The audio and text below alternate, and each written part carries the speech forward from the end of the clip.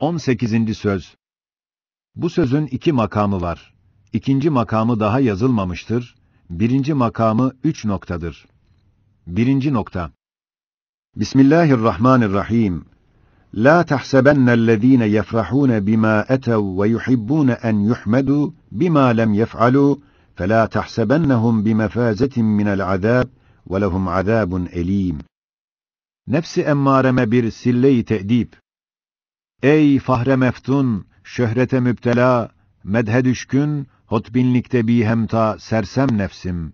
Eğer binler meyve veren incirin menşei olan küçücük bir çekirdeği ve 100 salkım ona takılan üzümün siyah kurucuk çubuğu, bütün o meyveleri, o salkımları kendi hünerleri olduğu ve onlardan istifade edenler o çubuğa, o çekirdeğe medih ve hürmet etmek lazım olduğu hak bir dava ise, senin dahi sana yüklenen nimetler için fahre, gurura belki bir hakkın var.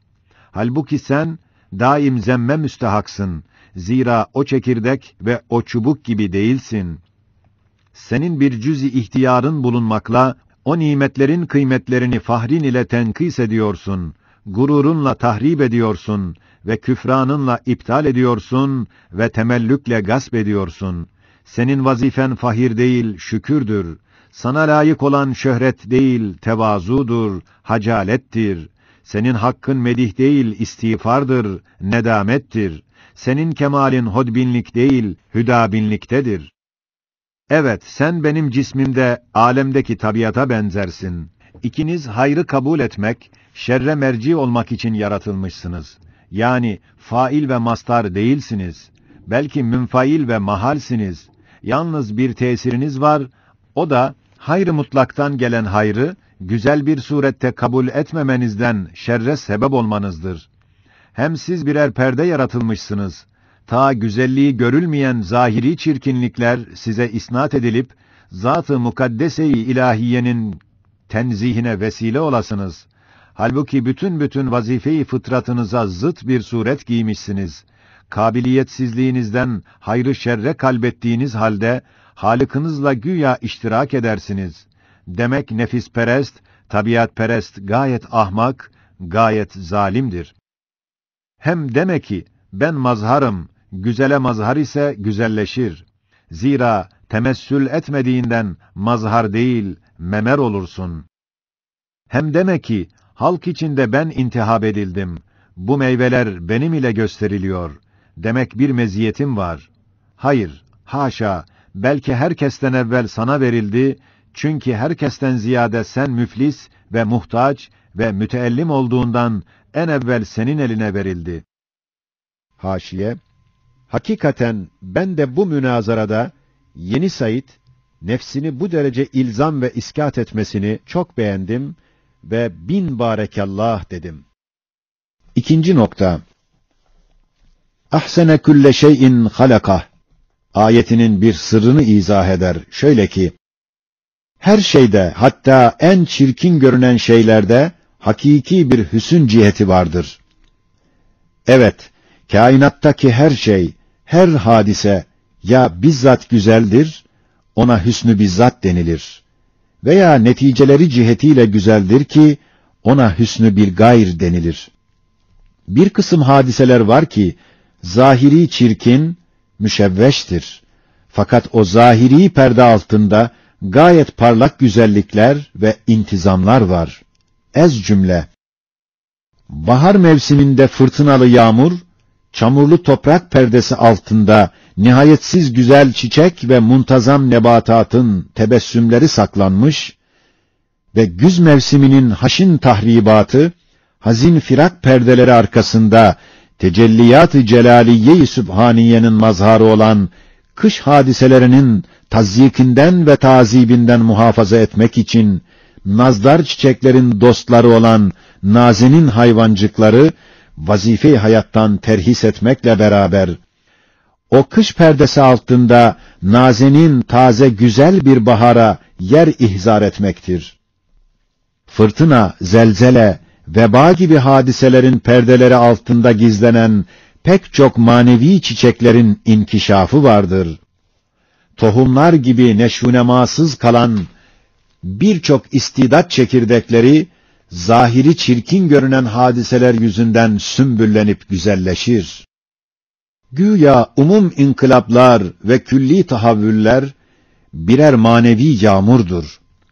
Fakat insan hem zahirperest hem hodgam olduğundan zahire bakıp çirkinlikle hükmeder.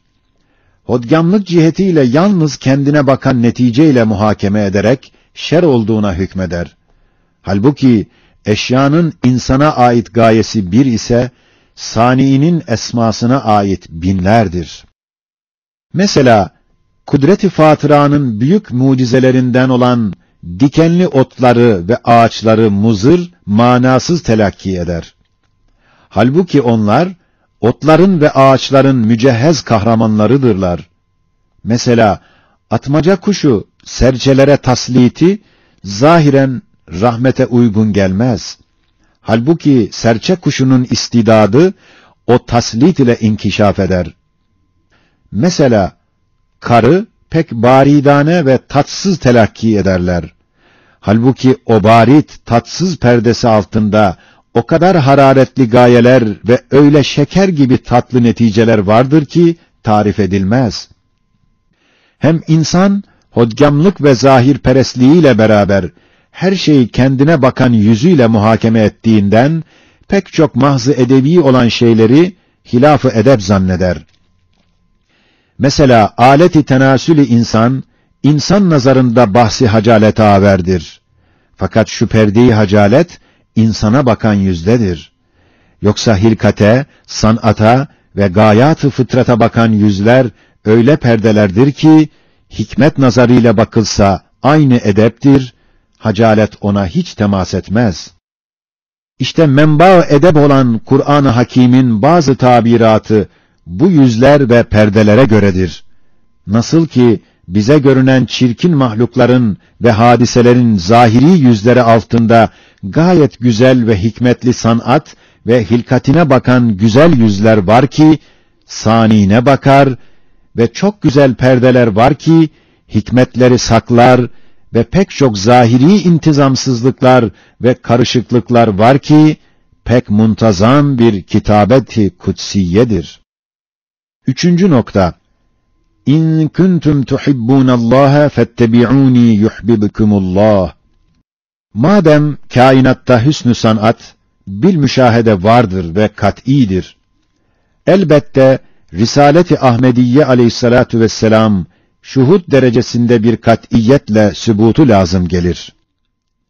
Zira şu güzel masnuattaki hüsnü sanat ve zinet-i suret gösteriyor ki, onların sanatkârında ehemmiyetli bir irade-i tahsin ve kuvvetli bir talep-i tezyin vardır. Ve şu irade ve talep ise, o sanide ulvi bir muhabbet ve masnularında izhar ettiği kemalat-ı sanatına karşı kutsi bir rağbet var olduğunu gösteriyor. Ve şu muhabbet ve rağbet ise, masnuat içinde en münevver ve mükemmel ferd olan insana daha ziyade müteveccih olup temerküz etmek ister. İnsan ise şecere-i hılkatin zişuur meyvesidir. Meyve ise en cemiyetli ve en uzak ve en ziyade nazarı âm ve şuuru külli bir cüz'üdür. Nazarı âm ve şuuru külli zat ise o sanatkâr-ı Zülcemal'e muhatap olup görüşen ve külli şuurunu ve âm nazarını tamamen saninin perestişliğine ve sanatının istihsanına ve nimetinin şükrüne sarf eden en yüksek, en parlak bir fert olabilir. Şimdi 2 levha, 2 daire görünüyor.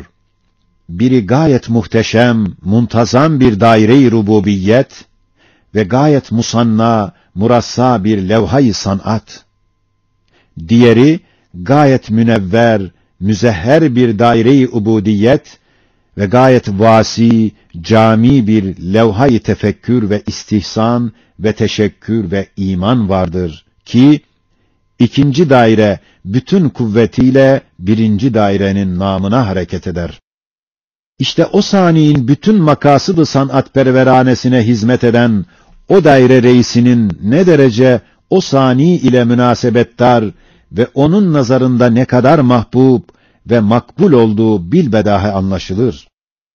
Acaba hiç akıl kabul eder mi ki, şu güzel masnuatın bu derece sanatperver, hatta ağzın her çeşit tadını nazara alan inamperver sanatkârı, arş ve ferşi çınlattıracak bir velvele-i istihsan ve takdir içinde ber ve bahri cezbeye getirecek bir zemzeme-i şükran ve tekbir ile perestişkârane ona müteveccih olan en güzel masnuna karşı lakayt kalsın ve onunla konuşmasın ve alakadarane onu Resul yapıp güzel vaziyetinin başkalara da sirayet etmesini istemesin.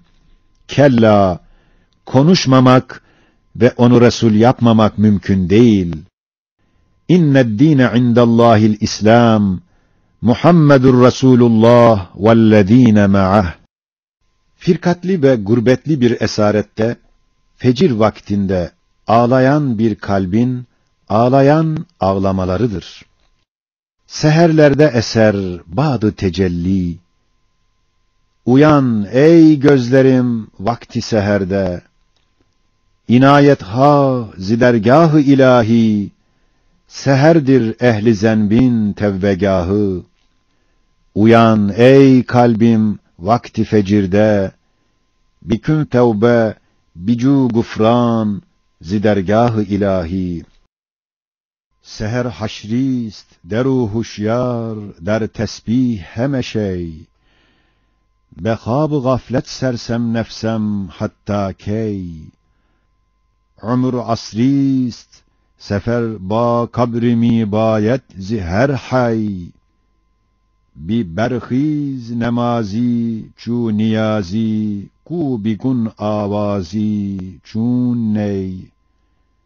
Begu ya Rab, peşimanem, hacilem, şermesarem, ez günah bi şomarem, perişanem, zelilem, eşk barem, ez hayat bi kararem, garibem bi kesem, zayıfem natuvanem, alilem, acizem, ihtiyarem bi ihtiyarem, el aman guyem, afv cuyem, medet khahem, zidergâhet ilahi.